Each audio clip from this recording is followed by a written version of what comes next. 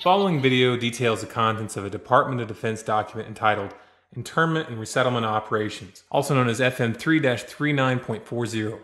The document is 325 pages long and it is signed by Joyce E. Morrow, Administrative Assistant to the Secretary of the Army. It was created in 2010, however, has just been recently leaked to the public via the internet and can now be downloaded from multiple sources. In the description below, you'll find a download link for the document. I strongly encourage you to download it yourself and to verify everything that's being said here.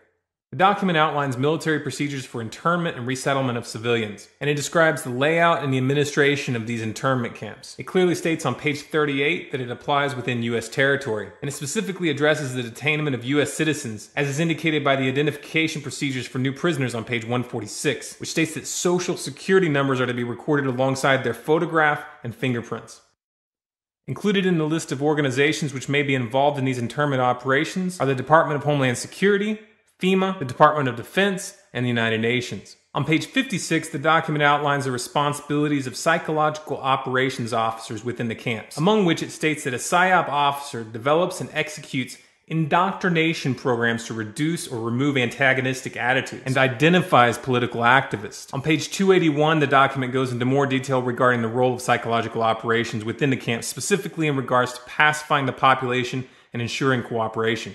On page 238, it gives the conditions for the use of deadly force in such camps. Among the justifications for lethal force, it includes to terminate an active escape attempt. That point right there should make it clear that these camps are not benevolent disaster relief type facilities. On page 244, the document calls for the use of snipers during riots to, quote, scan a crowd and identify agitators and riot leaders for apprehension and fire lethal rounds if warranted.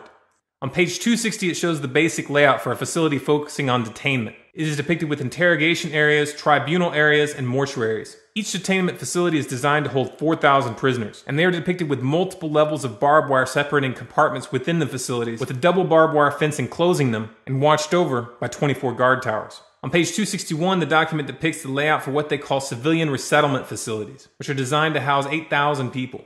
Though it uses the word resettlement, the plans show multiple levels of barbed wire dividing the sections of the facility, with double barbed wire fencing on the outside, as well as 16 guard towers. On page 262, the layout for facilities designed for what they call non-compliant prisoners is shown. These camps are designed to hold up to 300 prisoners, they have 3 interrogation centers, and are guarded by 13 guard towers. Now, if there's any question whether these plans are active or just theoretical, this should be settled by the fact that the U.S. Army has been running ads for job positions in these camps since 2009, and apparently, they're still hiring. Once again, if you look in the description, you'll find all the links you need to verify this information. It's important to note here that this document was created in 2010, which was under the Obama administration, and it predates the NDAA of 2012, which authorized military detainment of U.S. citizens. This clearly shows a